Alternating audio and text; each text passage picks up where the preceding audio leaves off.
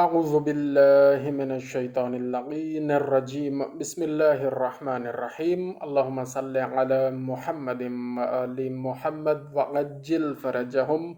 یکم رجب المرجب کا دن ہے اور امام محمد باقر علیہ السلام کا یوم ظہور ہے، یوم آمد زمین ہے۔ امام محمد باقر علیہ السلام ہمارے 5ویں امام ہیں اور امام زین العابدین علیہ السلام کے فرزند ہیں، اور امام زین العابدین علیہ السلام امام حسین علیہ السلام کے فرزند ہیں، اور امام حسین علیہ السلام مولا علی علیہ السلام کے فرزند ہیں۔ تو دوستو، بہت عظیم ہستی کی آمد کا دن ہے، اور آج کے دن کی مناسبت سے امام محمد باقر علیہ السلام نے جب کربلا کے واقعہ میں شرکت کی تو اس وقت آپ سن صغیر میں تھے، یعنی اس وقت آپ کی عمر تقریباً 5 برس کے برابر تھی۔ تو آپ کو یہ واقعہ آپ نے چھوٹی عمر میں اپنی آنکھوں سے دیکھا، اور آپ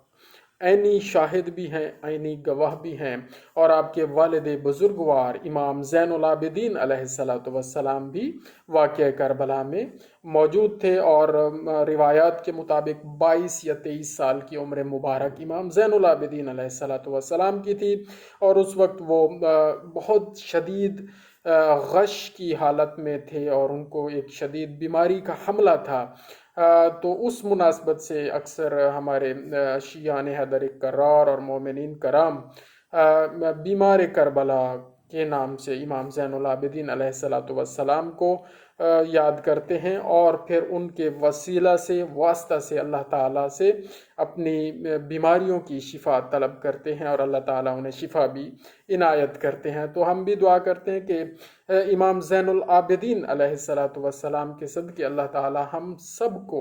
ہر طرح کی بیماریوں سے محفوظ رکھے، اور جو چھپی ہوئی اور جو ظاہر اور جس طرح کی بھی جسمانی اور روحانی اور دماغی اور جو بھی بیماریاں ہو سکتی ہیں جن کا ہمیں ادراک ہی نہیں ہے، اور جن کا ادراک ہے، ان سب سے ہمیں محفوظ فرمائے اور نجات عطا فرمائے۔ یہاں ضمناً ایک بات عرض کرتے چلیں کہ ہمیشہ آپ امام زین العابدین علیہ السلام کے ساتھ بیمار کا لفظ استعمال نہ کیا کریں۔ مجھے اور کچھ علماء نے بھی اس بات پہ، اس موضوع پہ بڑی گفتگو کی ہے کہ ہر وقت بیمار کا لفظ امام کے ساتھ لگائیں گے تو ایک عجیب سا بچوں کے ذہن میں ایک امیج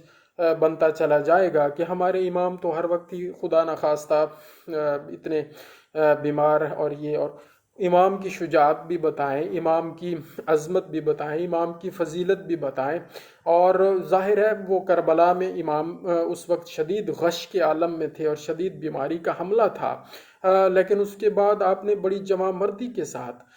واقعہ کربلا کو ہر جگہ اس کی نشر و اشاعت کی تلواروں کے سائے میں آپ نے شجاعت کے ساتھ پیغام امام حسین علیہ السلام، اپنے والد بزرگوار کا پیغام پہنچایا، اور پیغام حق حضور پاک صلی اللہ علیہ وآلہ وسلم نے جو دین پہنچایا تھا، اور جس کے لیے اتنی قربانیاں ہوئیں کربلا میں، اور جس کے لیے یہ سارا سلسلہ ہوا، تو امام زین العابدین علیہ السلام نے عظیم عظمت کے ساتھ اور جمع مردی کے ساتھ اور ہمت و حوصلے کے ساتھ اور شجاعت کے ساتھ وہ سارا آپ نے اپنا فریضہ انجام دیا۔ تو یہاں ہم امام محمد باقر علیہ السلام کی طرف واپس آتے ہیں۔ امام محمد باقر علیہ السلام آہستہ آہستہ امام زین العابدین کے زیر سایہ بڑھتے رہے، اور عمر مبارک کی منازل طے کرتے رہے، اور حتیٰ کہ مدینہ منورہ میں جب آپ سن بلوغ کو پہنچے تو آپ نے ایک عظیم علمی درسگاہ، جس کو عظیم علمی یونیورسٹی کی بنیاد رکھی مدینہ میں، اور آپ وہاں عظیم درس دیا کرتے تھے اور علم و حکمت کے سرچشمے لوگوں تک پہنچاتے تھے، اور یہ سلسلہ اتنا چلا کہ آگے آپ کے امام محمد باقر علیہ الصلاۃ والسلام کے بیٹے امام جعفر صادق علیہ الصلاۃ والسلام جو ہمارے کے چھٹے امام ہیں، انہوں نے اس سلسلے کو مزید آگے بڑھایا، اور ایک وقت آیا کہ ایک وقت میں امام جعفر صادق علیہ الصلاۃ والسلام کی کلاس میں، جماعت میں، ان کی جب آپ لیکچر دے رہے ہوتے تھے تو 4000 شاگرد ایک وقت میں آپ کا لیکچر سنتے تھے اور وہ نوٹ کرتے تھے اور علم و حکمت کے سرچشمے لیتے تھے اور ان کو اپنی زندگیوں میں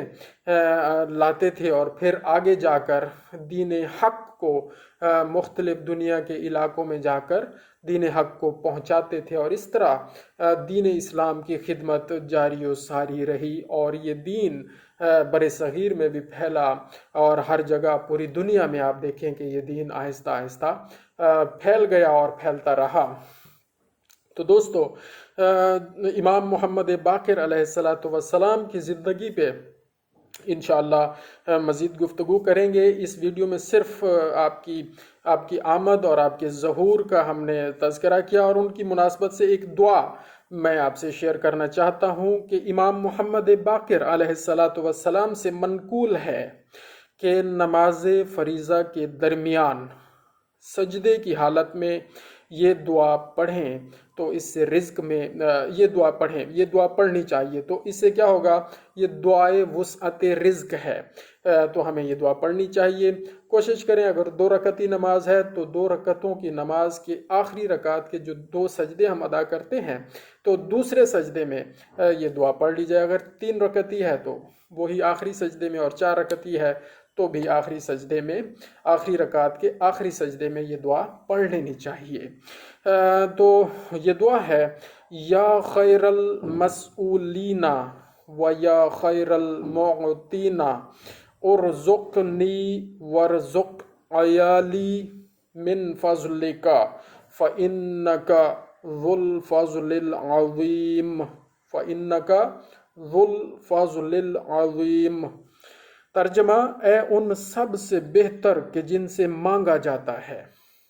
لوگوں سے مانگتے ہیں، تو آپ نے فرما دیا کہ اے ان سب سے بہتر جن سے مانگا جاتا ہے، لوگ جن سے مانگتے رہتے ہیں، آپ اللہ کریم سب سے بہتر عطا کرنے والا ہے، تو اے ان سب سے بہتر کہ جن سے مانگا جاتا ہے اور اپنے تمام دینے والوں سے بہتر، تو مجھے رزق عطا فرما، تو مجھے رزق دے،